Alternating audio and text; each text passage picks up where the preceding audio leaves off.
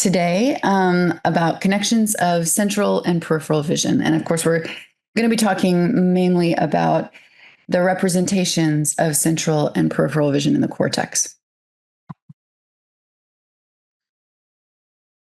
All right.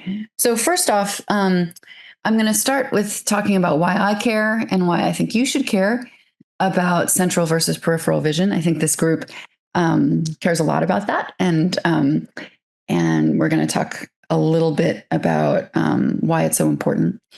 And we're going to talk about how they are different from each other. And then we'll talk a little bit about how cortical representations of central vision are different from cortical representations of peripheral vision and how they change with experience. So first off, we care about central versus peripheral vision for very general reasons. Visual vision and visual attention are really well studied, but we often treat central and peripheral vision as interchangeable. And we've seen today already that that's not true. Central vision has higher acuity than peripheral vision. It's attended more often than peripheral vision. For example, when you pay attention to an object, you almost always direct central vision there. So its ecological function is really distinct. You use central vision for reading, for manipulating tools, any task that requires moment-to-moment control, and you don't use peripheral vision for these kinds of tasks. It's also under stronger, central vision is under stronger top-down control than peripheral vision.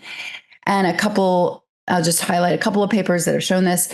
Chen and Treisman showed that recognition of an unexpected but to be ignored object was more accurate when that unexpected object was in the periphery. And Xiaoping's work has shown that these impossible stimuli that I think you guys have learned about over the past little while in the summer school, these impossible stimuli are effectively ignored in central vision, but not in peripheral vision. So there's some difference in the way that top-down information about whether these stimuli can exist, that's coming through in central vision, but not in peripheral vision. Okay, so it's under stronger top-down control. So generally, we care about central versus peripheral vision for lots of basic science reasons. There are also clinical reasons that we should care a lot about the difference between central and peripheral vision. And one reason is that we could develop improved training strategies for diseases which selectively impair one or the other. And I focus a lot on the disease of macular degeneration. It's a devastating visual disorder. The artist's rendering on the right shows sort of what the disorder would give rise to. It's the most common cause of blindness in the developed world. There are almost 2 million people who have macular degeneration. And the outcomes of having macular degeneration depend very little on the extent of retinal damage. So people are using their spared peripheral vision. So this image shows that central vision, so if you're fixating in the center of this image, central vision would be impaired and peripheral vision would be spared, with the specifics being specific to the individual. And many people can use this peripheral vision really, really well, but other people have problems with it and don't learn to use peripheral vision as well. So better therapies involving training to use peripheral vision would be valuable for the field. Okay, so patients with macular degeneration, many of them learn to read, recognize faces. Many of them are driving, even though their vision looks something like this. They're missing central vision. So they're using peripheral vision to do these things that I never use my peripheral vision for. So peripheral vision is processed separately from central vision in many parts of the visual cortex. We know this because of retinotopy. And we can identify the precise regions where we expect to see differences between people with macular degeneration and controls because we have this precise retinotopy. We know a lot about the way the visual system works. Okay, so this change in use of the peripheral field is an enormous change in people's experience. And this means that we have the opportunity to study in a group of individuals plasticity in adulthood, because macular degeneration happens well after the critical period. So we have the opportunity to really understand plasticity in an ecological model in a human in adulthood. Okay. So to do that, we must better understand how central vision is different from peripheral vision in the cortex. We already said they're different retinotopically. And non-invasive methods like functional neuroimaging can distinguish central from peripheral representations in the visual cortex. And more cortical space, as we know, represents central than peripheral vision. So here's our image of the early visual processing areas. I'm going to be focusing here on V1 for the stuff I'm going to show you today. Okay. Central vision representations have different connection patterns than peripheral vision representations. And we can measure connections in a lot of different ways. I'm going to show you a couple of them.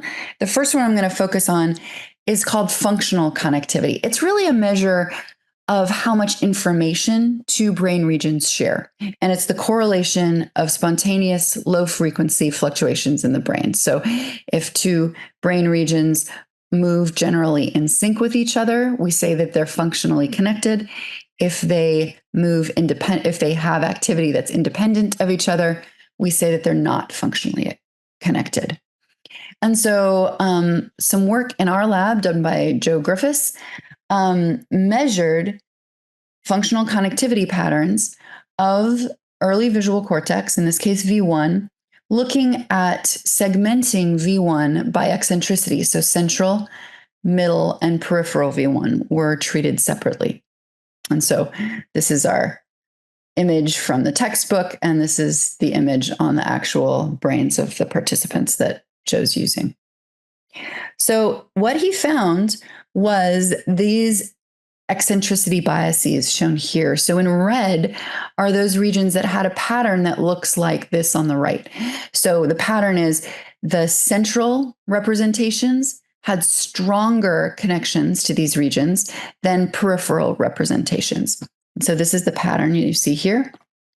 And that pattern looked awfully familiar to us because it almost exactly corresponds to a very commonly found network of brain regions called the frontoparietal network. And that's shown from a classic paper by Yao and colleagues on the right.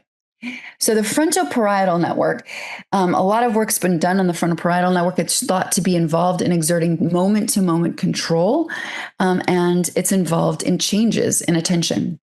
So we find that the frontoparietal network is more strongly functionally connected to central than peripheral cortex. And this is consistent with its involvement in attention and cognitive control. So then we asked, okay, so that's telling us about the functional connections of this region. We can also ask about the structural connections. So this is something that Sarah Sims, Sarah Nolan did while she was in the lab. And we used for that the method of diffusion tractography. We used probabilistic tractography, which measures strong tracts based on diffusion in white matter.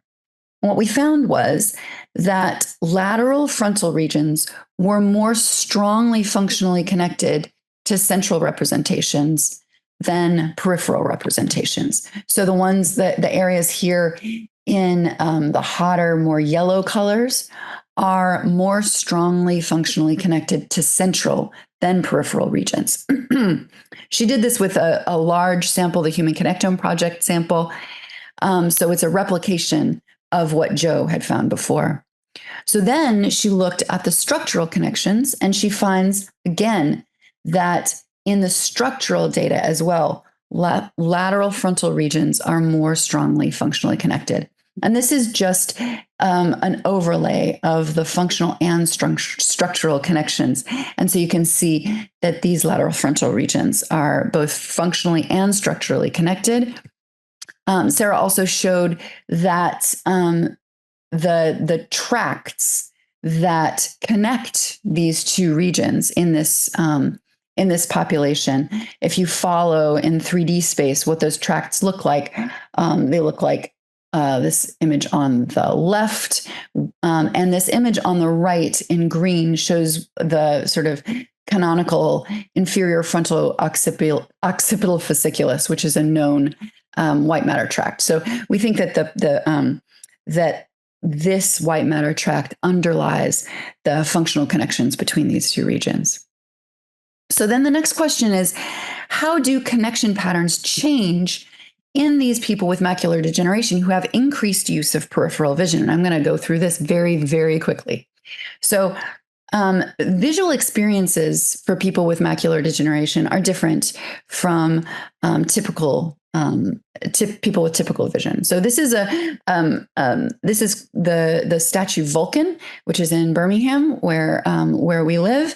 And if someone with healthy vision were to look at Vulcan, they might look at some really strange pieces of the image, and finally they might rest their eyes on a piece of the image that is very important to them. People with macular degeneration have central vision loss. So they're not going to do that same thing. If they were to aim their vision at something, they would have to aim their peripheral vision at the pieces of the image that they think are most salient. And we call that piece of their peripheral vision their preferred retinal locus. Okay. And so we developed a method for mapping these preferred retinal locations to the cortex. I'm not going to go into it, but we can do that very well in any of our participants. Participants are variable from each other, and we can identify in each of these participants the specific parts of the cortex that correspond to their preferred retinal locus and other parts of the cortex. And Leland Fleming, who I'm going to have 30 seconds to discuss his work, has done a great job looking at how connection patterns to these very specifically mapped regions change with experience.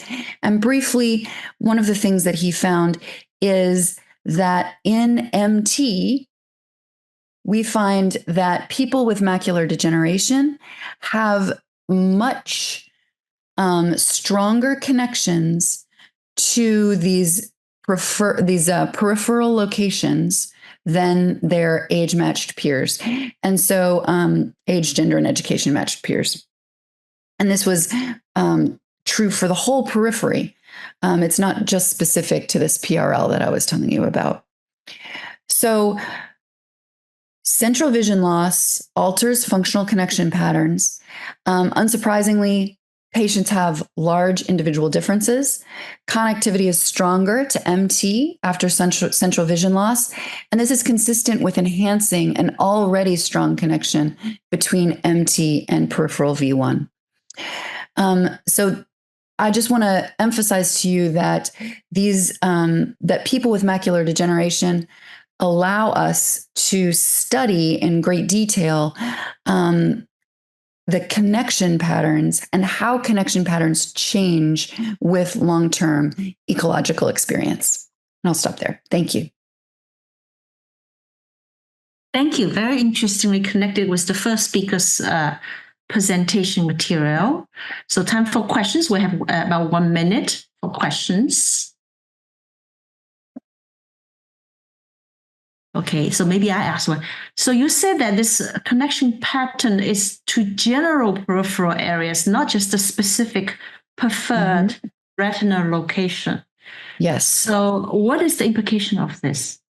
Yeah, so I focused here on the connection to MT, and that one showed a general relationship. There were other regions that we can talk about later, if you'd like, that showed a different relationship. But I'm interpreting these data, right, based on these results and some other stuff that's in the literature. But I think the idea is that people with central vision loss vary tremendously in their actual lived experience. And to make a long story short, every single person has to go through life and walk through doorways, for example, has to maneuver through the world, and they're using their full periphery for that kind of maneuvering. That's what we think. That's why we think that this MT connection was not was to all of the periphery rather than to the specific preferred retinal locus. It's not like you're not using MT very much when you do things like reading. I see. Yeah. Very interesting.